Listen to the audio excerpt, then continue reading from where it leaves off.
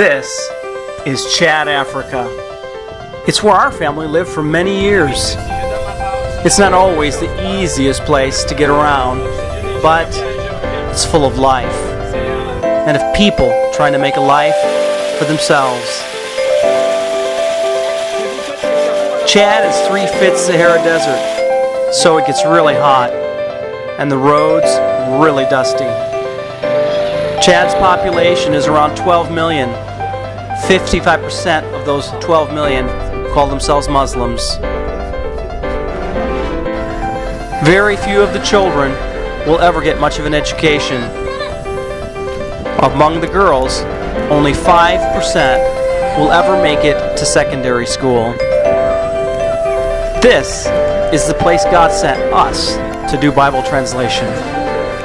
We are the Aviles family, and when we first arrived in Chad, we had just 2 children, Micah and Josiah. Hi, I'm Josiah. And this is Micah. And we grew up in Chad. After 6 years of being back in America, we were blessed with the opportunity to return for a few weeks. I wanted to revisit where I grew up and also help my father in his translation and literacy efforts. While I was there, I was able to help fix computers and develop a website for a local organization called Aviles that teaches Dadjo and other people groups how to read. Overall, it was a great experience. I revisited my home away from home, and my eyes were open to the poverty in Chad and among the Dadjo people. About a year ago, God put it on my heart to reach out to the women and children of the Dadjo people. After many months of preparation and your prayer and support, God opened the door for me to go back to Chad.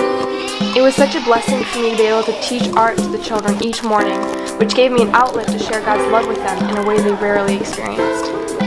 I was also given the opportunity to get to know some Dadjo women and hear about their lives and hardships. Throughout this trip, God opened my eyes over and over again.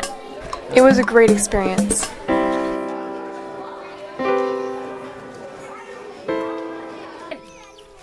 This is Banda. It's the largest of the Dadjo villages. It's also a place where we spend lots of time. The Dadjo are a people group of over 60,000 and are nearly 100% Muslim. And this is village testing.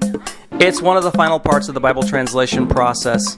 Lots of things go into Bible translation, beginning with language learning, then developing an alphabet and teaching people to read, digging into the scriptures to find out what they say and translating them into Dadjo, and revising them multiple times for accuracy and clarity.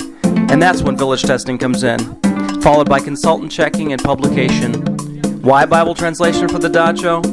Because it's the foundation for evangelism and discipleship. On this last trip, we were able to test Philippians and 1 Corinthians chapters 1 through 9. And after a hard day's work, sometimes it's fun just to follow the local custom of sliding down a mountain to relieve a bit of stress. Thank you all for your prayers and support that make this ministry to the Dadjo possible.